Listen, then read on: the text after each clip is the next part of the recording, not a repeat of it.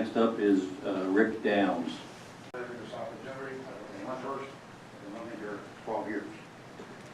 It seems there's something in the air or the water today because the first reaction of any politician or people is to raise our taxes. It's not raising the taxes that does any good. It's spending what money we have in the proper place. Because Washington, D.C. spends $25,000 a year per student and graduates 1/3 of their class. That's what spending money does. So there's something radically wrong. Does anybody ever read the books our children are reading? Ma'am, have you looked at this book? This is an 8th grade book. You see all these little markers here? Everything in this book, 90% of it, is left wing. In other words, it's not centered, it's to the left. No wonder most of these people at the age of 25 like socialism better than democracy or capitalism, because of the stuff they're reading in our schools. In fact, I wasn't even aware of this until it was brought to my attention, because my kids graduated a long time ago. Look what your kids are reading and the influence it has on them and this country. It's devastating. Another one you want to go look up. This is called Civics Today. Another one, which is online, it's World Geography and Culture. And one of the things that hit me broadside when I looked at this, it said refugees fleeing from a civil war have a tendency to destroy our flora and fauna. Not that the people are important, it's the animals in the grass we care about. Now I think there's a fine line here.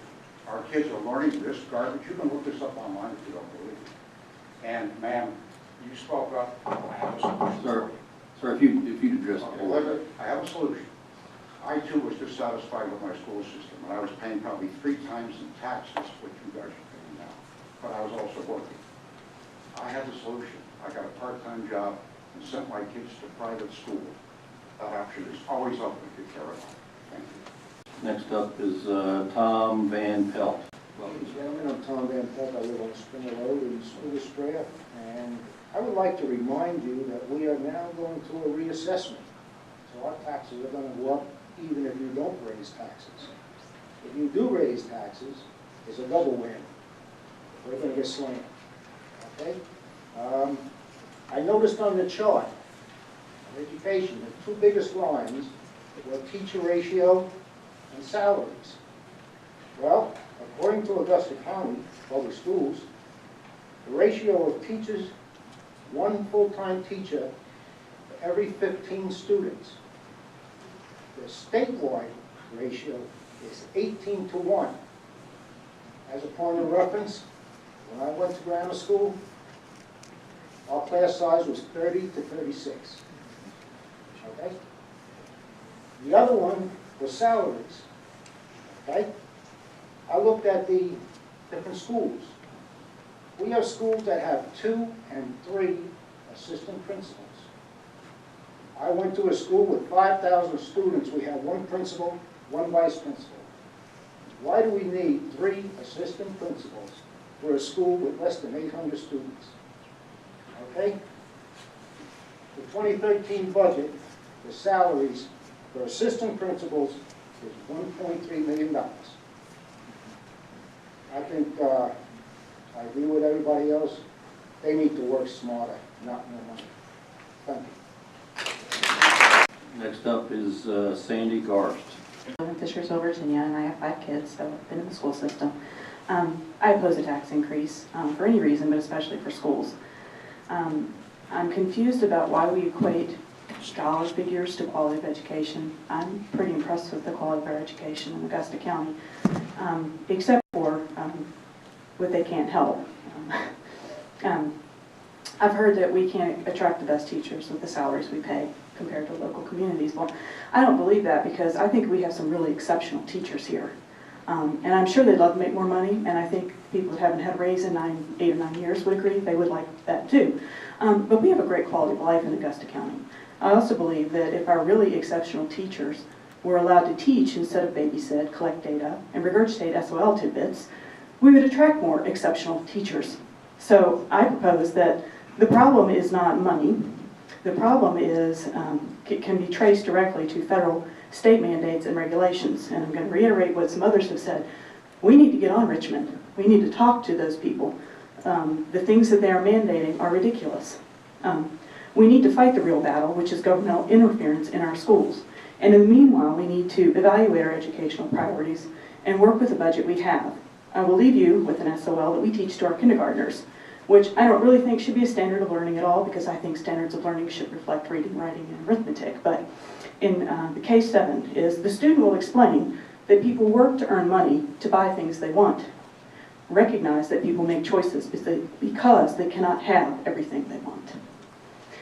Today, because we were scrambling, we just found out about the petition by the Save Our Schools group.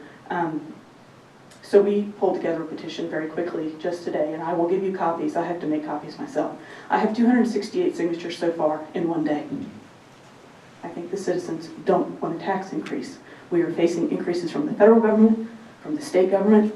Dr. Ed Long talked about what's going on in General Assembly. I am reading those bills, and I can tell you the increases that are obvious and the increases that are not. We are facing hard times. Our schools are important. Our teachers are the key to teaching our children. We need to take care of our teachers, but we're going to have to find a way. If it's administration, I don't know where you can cut, but please do not raise our taxes. Thank you. Next up, Larry Roller. Hi, I'm Larry Roller from Mount Sydney. I've lived here in Augusta County now for about 22 years. Had a lot of experience in education. I run the whole gamut from being a teacher and a coach all up to being an assistant principal, assistant superintendent of schools, even clerk of the school board. And ended up my career teaching at JMU. I want to say that I find that having elected school boards as well as elected board of supervisors is a built-in conflict. Members of the board of supervisors run on the fact we're not going to raise taxes. The members of the school board say we're going to improve the schools, which means we're going to need more money.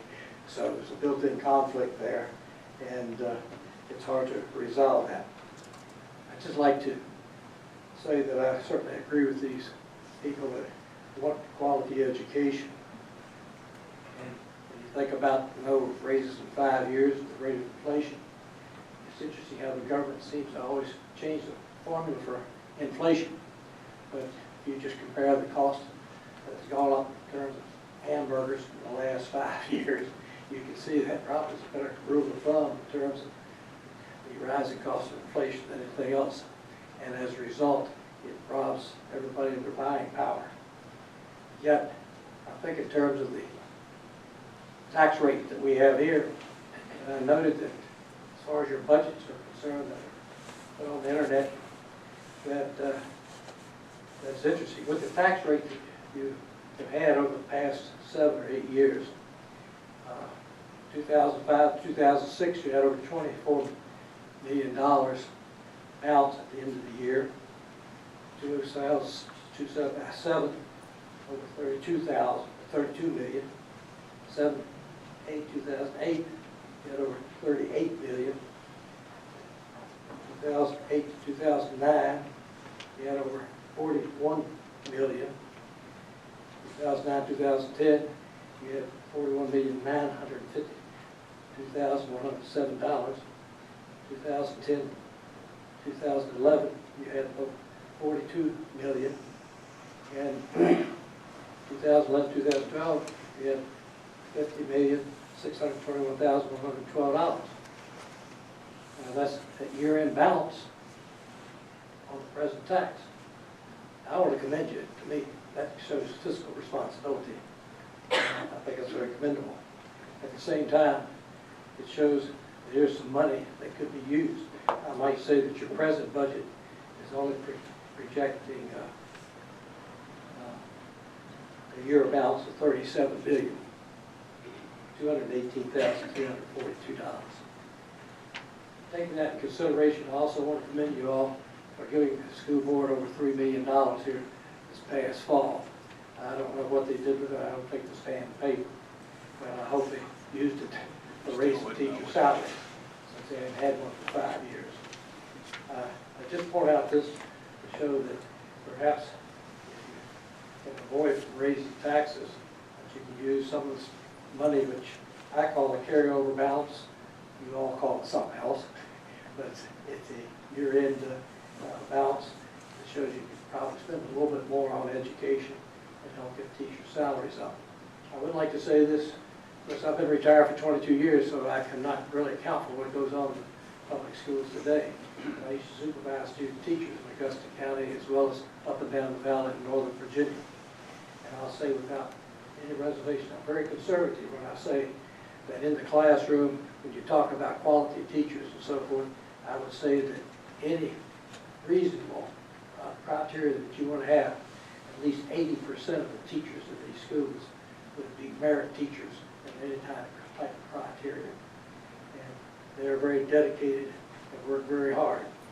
I dare say that that probably has not changed too much.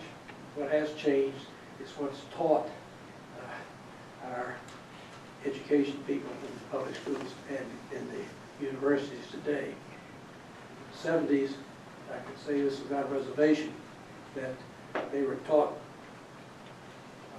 very conservative, and what you might call constitutional government. And I found the same thing going on in the schools. When 18-year-olds were finally allowed to vote in the 70s, I think the one group of people wanted them to, thought they would vote very liberal, but instead they voted conservative. Why? Because what they were taught in schools. That might have changed today. But the main thing you're talking about here is finances. If you want good schools, first you have to hire good teachers. To get good teachers, you're going to have to pay for them. Thank you.